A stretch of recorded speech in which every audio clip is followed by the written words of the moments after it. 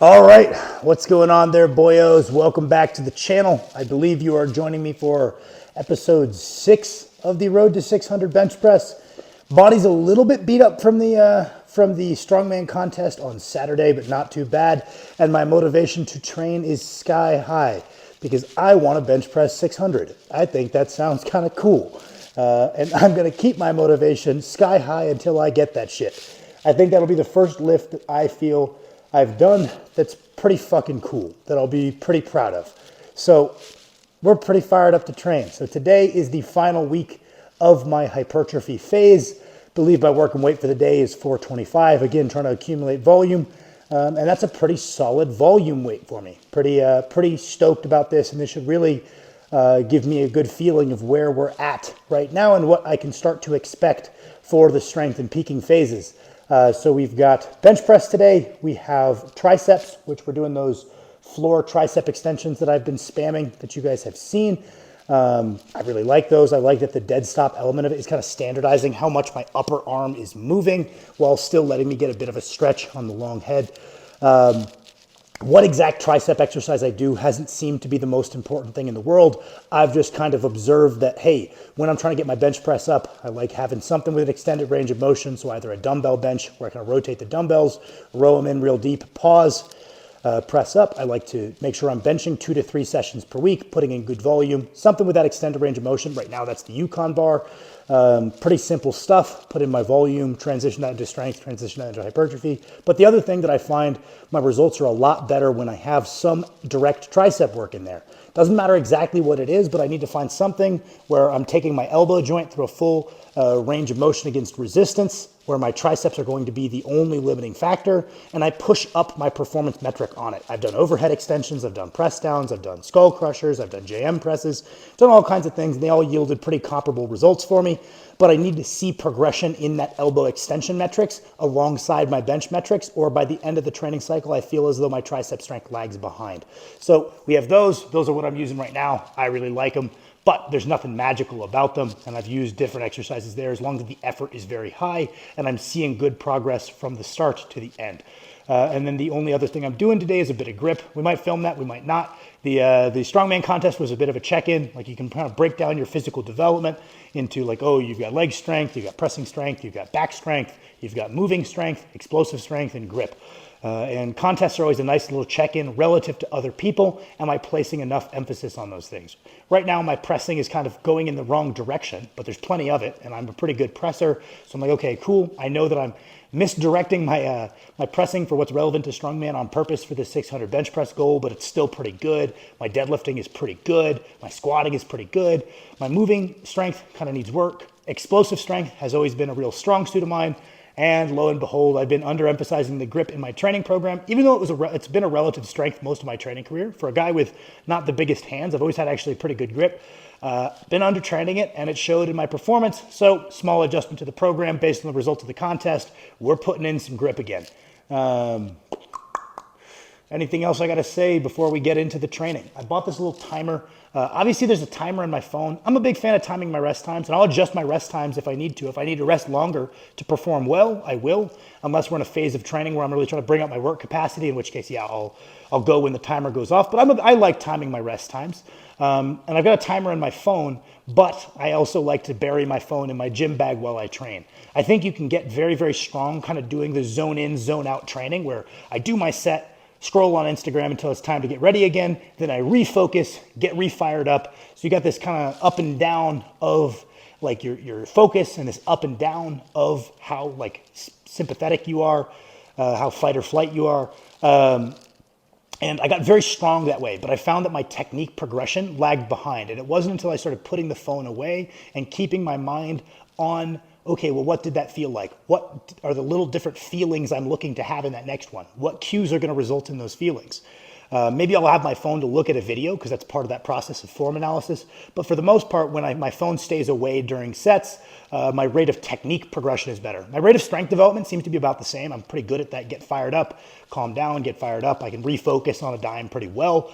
But in my efforts I like timing rests, but I like having my phone away. I bought 2 of these little timers, and they've got a magnet on it so I can stick it on my rack. And I think the plan is to leave one on my rack for when I'm training at home and throw one in my gym bag for when I make it into town.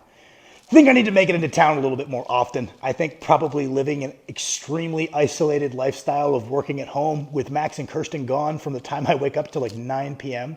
and not seeing anybody, probably bad for me. That noise was also probably bad for me, but probably should get to the gym and talk to people a little bit more often. So I think I'm going to figure out this week which sessions I like doing at the gym in town and which sessions I'm like, I want to stay home. Like I know I will stay home for tomorrow's session because I like our belt squat more than the one at the gym, and I would like to use it.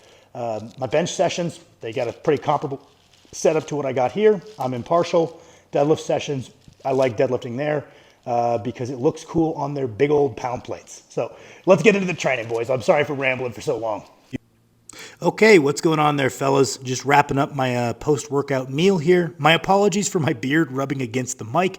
That was a tad obnoxious, and I will make sure to avoid that in the future.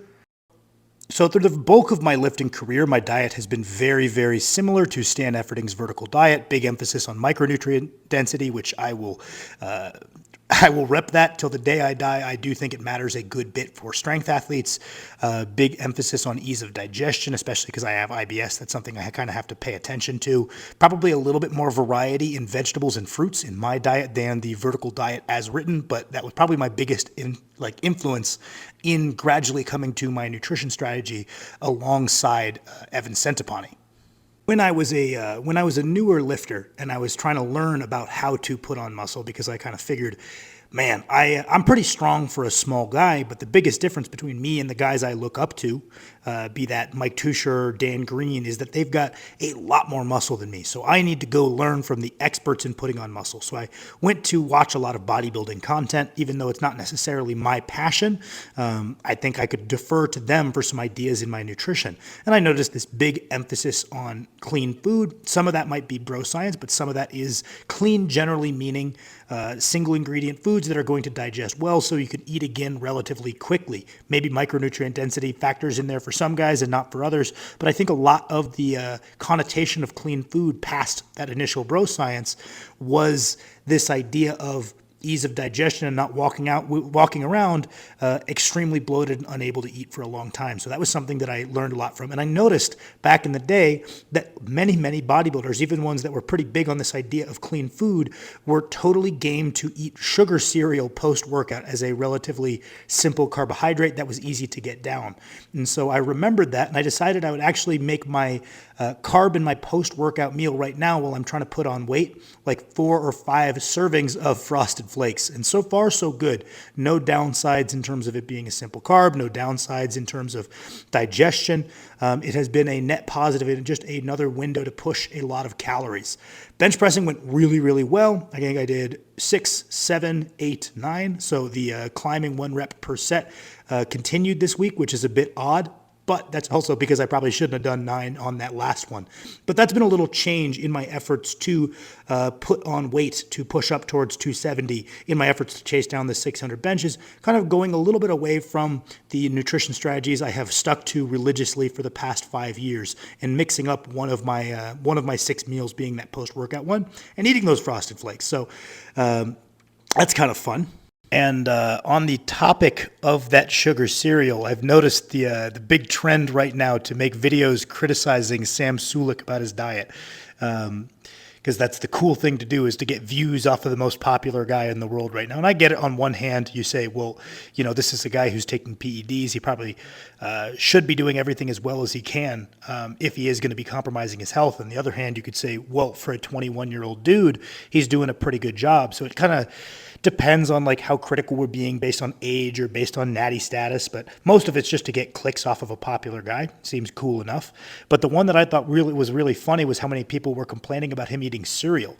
And I think Ian Valliere said something that cracked me up. He's like, no good bodybuilder would take qualm with this cereal. Maybe there's other parts of his diet that maybe would be something a lot of bodybuilders would cringe at and say, okay, well, I did that when I was younger, but I think you could probably get that out of the way sooner, changing away from that, yada, yada, yada. But the number of people that were really hung up on the sugar cereal, I thought was really funny, just watching a lot of bodybuilding content, just how many of the relatively intelligent pros are totally game to think that's a valid option, and how many people were like extremely hung up on that one in particular. Kind of funny.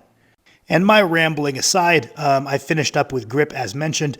From a coaching perspective, my favorite grip exercise is usually putting a bar up on the catches up high or on top of the rack and hanging from it so the bar can roll. So it's trying to roll open your hand and doing that for time. Because there's not downward axial loading, we can handle tons and tons of volume that's relatively heavy by hanging weights off of us. But from an enjoyment perspective, I like these overhand shrugs.